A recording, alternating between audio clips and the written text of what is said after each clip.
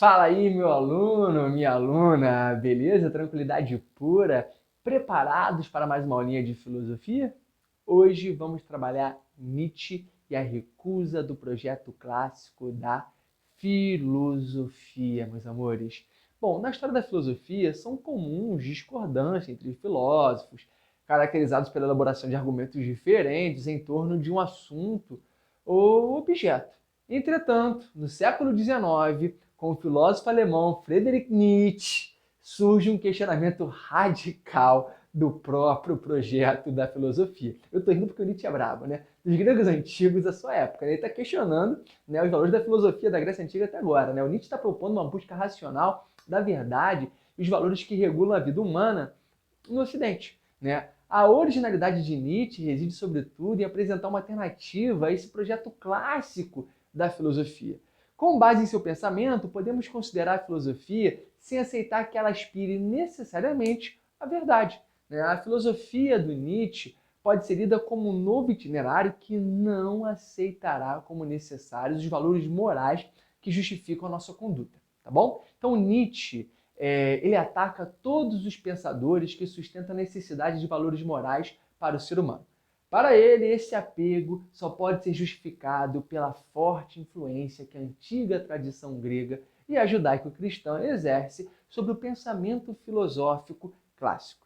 Sendo assim, sua estratégia seria de denunciar os pressupostos da tradição clássica e exigir o seu abandono, alegando que, vamos lá, os valores religiosos herdados de tradições muito distantes da sociedade atual não exercem mais função alguma na maioria dos indivíduos. Né? O pensamento lá de Sócrates, a filosofia de Platão impuseram, né, um certo moralismo que valoriza muito a humildade e o conformismo como forma de manter a ordem, condenar valores como orgulho, confiança, a nobreza.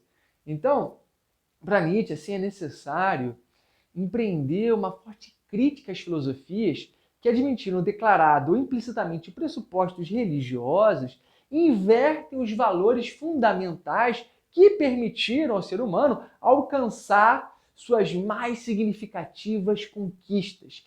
O pensamento de Sócrates e a filosofia de Platão para Nietzsche impuseram ali um moralismo que valoriza muito a humildade e o conformismo como forma de manter a ordem e condenam valores como orgulho, a confiança, a nobreza. Então é necessário, meus amores, empreender, segundo Nietzsche, uma forte crítica às filosofias que, admitindo declarado ou implicitamente pressupostos religiosos, estão invertendo os valores fundamentais que permitiram ao ser humano alcançar suas mais significativas conquistas. Né? Então, assim, né, minha exposição aqui para vocês sobre o pensamento de Nietzsche inicia-se aí com essa crítica ao vínculo que o ser humano desenvolveu com os valores morais, que, segundo o próprio Nietzsche, derivam da aceitação de pressupostos que são metafísicos e religiosos.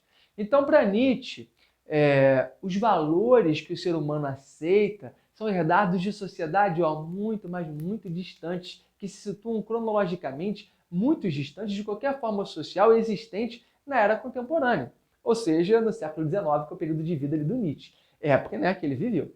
Então, para o Nietzsche, os valores do passado não podem ser admitidos como parâmetros para avaliar a conduta do ser humano em seu tempo.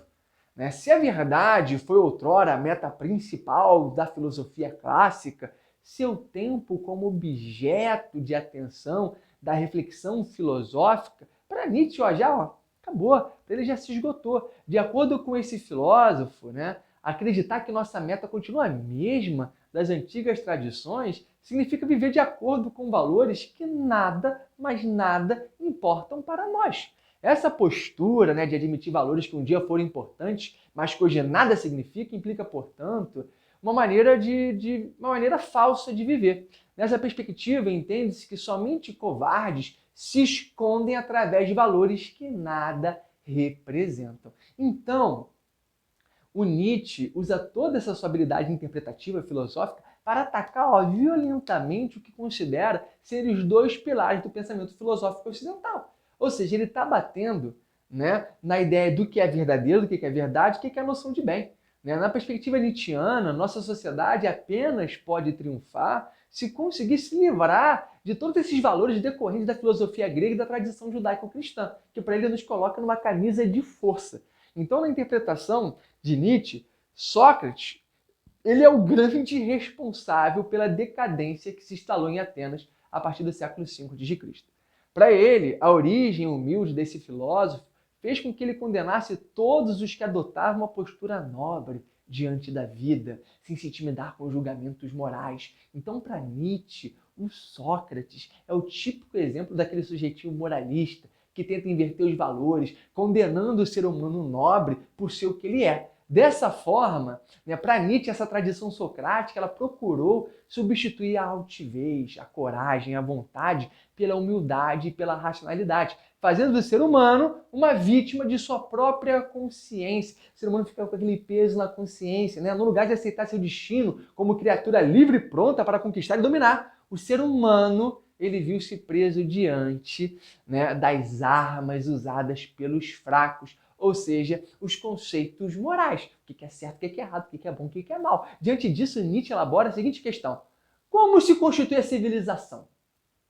E responde o seguinte, né? Ele destaca ali que a civilização é resultado da superação do nosso estado animal. O que só foi possível, segundo Nietzsche, graças à eliminação dos fracos e covardes. Desse modo, a gente só conseguiu, né, a humanidade só conseguiu manter-se viva porque os competentes, os astutos, os sagazes, os rápidos, os fortes prevaleceram, o que garantiu o triunfo da nossa forma de vida. A existência humana, na visão de Nietzsche, resulta de uma longa e heróica batalha na qual apenas os fortes prevaleceram e engendraram a partir daí os valores fundamentais da nossa humanidade. Aí ele vê o Sócrates e fala, cara, o Sócrates foi o primeiro dos moralistas. Ele fez-nos acreditar, né, isso é Nietzsche falando, né, que os valores defendidos pelo forte, pelo ser humano nobre, eram equivocados, que a justiça deveria garantir, mediante as leis, os direitos dos fracos, e que o reino da força deveria ser substituído pelo império da razão e da harmonia que somente as leis podem trazer. Né? Se você olha ali o Sócrates, ele diz o quê? Que a virtude é a aceitação de um conjunto, né, de valores que moldam, que nos garante o convívio social. Então, se você pega a obra do Nietzsche, Genealogia da Moral, ele destaca que essa tradição filosófica criada por Sócrates está invertendo os valores, né, e alterando o significado de termos ali como bom, né, que passou a ser empregado em relação àquele que demonstra piedade, abnegação, solidariedade, autossacrifício. Né? Para Nietzsche, isso é uma inversão de valores. Né? Nietzsche também vai recusar o cristianismo. Na concepção dele, o cristianismo é perigoso, porque admite como válida a moral do fraco, preconiza o amor cristão.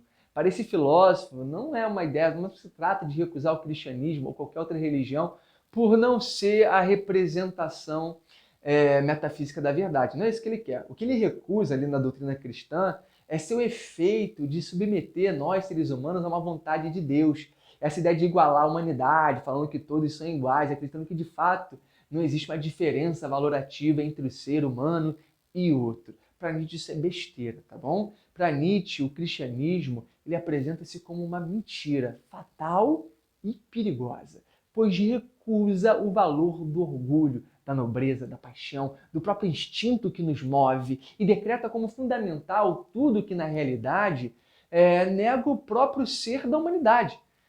Defendendo então esse cristianismo, uma moral que é ascética. Né? O cristianismo visa, por fim, ao nosso mundo. Isso é a visão de Nietzsche. Para isso conta com a invenção da consciência, que procura sempre lembrar aqui, ó, tá? Um anjinho falando, lembrar que o ser humano, o que este não deve ser, a ideia de pecado. Né? Então, se devemos negar essa moralidade socrático-cristã, né, o que a gente pode colocar no lugar? Quais seriam, então, esses valores que nos permitiriam realmente sermos senhores de nossa vida? Nessas questões, o Nietzsche responde com a recusa a tudo o que está fora da esfera ordinária da própria vida humana. Ou seja, né, nesse sentido, vale ressaltar, convém registrar, que esse filósofo está condenando ali também o supremo valor atribuído à ciência moderna. Essa ideia de que a ciência é infalível, não, ele é contra qualquer um desses valores gerais.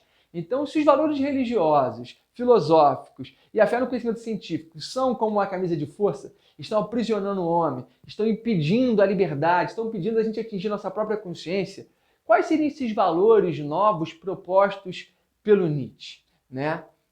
Então desponta aí na filosofia de Nietzsche a figura do artista, né, do ser humano criativo, que se percebe como agente da história e não meramente um reflexo dessa história, né? Então, se esses valores morais apresentam uma história que descreve como fomos forçados e aceitos a moralidade, que ele chama a moralidade do escravo, e a descartar os valores do ser humano nobre, podemos empreender aí o caminho contrário agora, né? Escolher valores que de fato realizem a nossa natureza, né? A não aceitação desses sistemas metafísicos, religiosos, permite tornar o ser humano criador do seu próprio caminho, né? Livre dessas amarras da consciência, ele pode deixar de se submeter aos valores morais impostos em nome dos fracos. O ser humano livre, ousado, né, criativo, que valoriza sobretudo a vida, né, deve novamente ocupar esse papel de líder e simplesmente se entregar ao mais puro e verdadeiro dos ímpetos,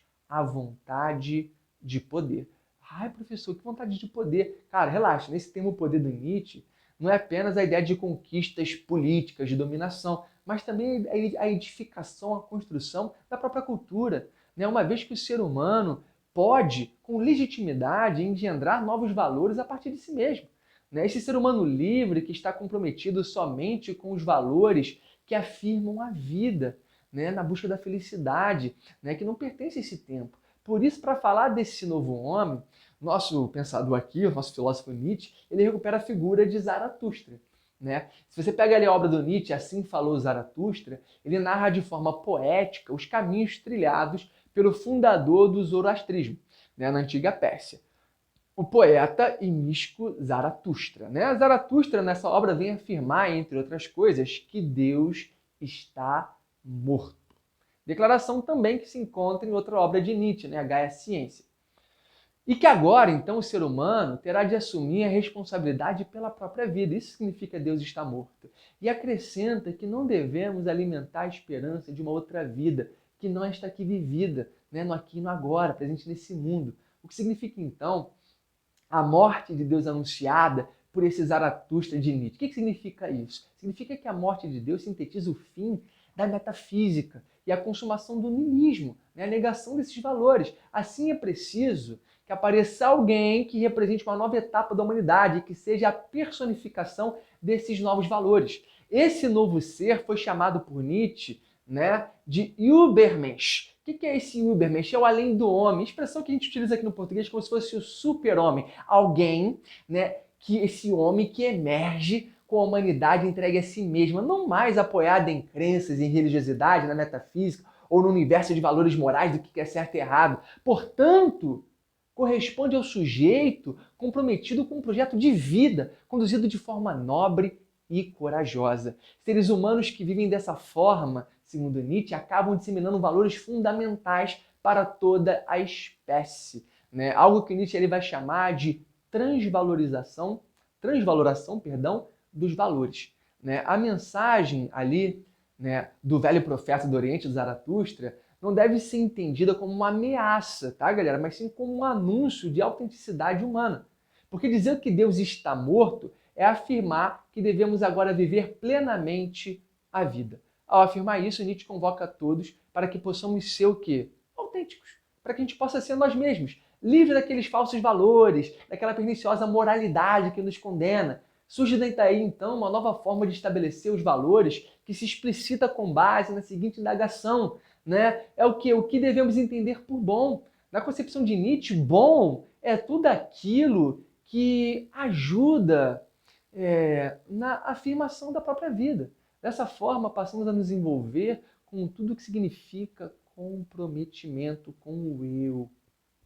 E justamente por estar comprometido com o eu, é que todo ser humano deve permanentemente ousar reavaliar suas crenças e valores, procurando sempre a autorrealização. E aí estaria essa liberdade para o Nietzsche na autorrealização. Seria do homem se libertar daquela moral do escravo, aquela moral do rebanho de fazer o que todos estão fazendo e buscar a moral do Senhor, de ser um Senhor da sua própria história. Bacana? Então finalizamos aqui a filosofia de Nietzsche. Polêmica, finalizamos aqui. Espero que tenham gostado. Beijão, até a próxima. Tchau, tchau.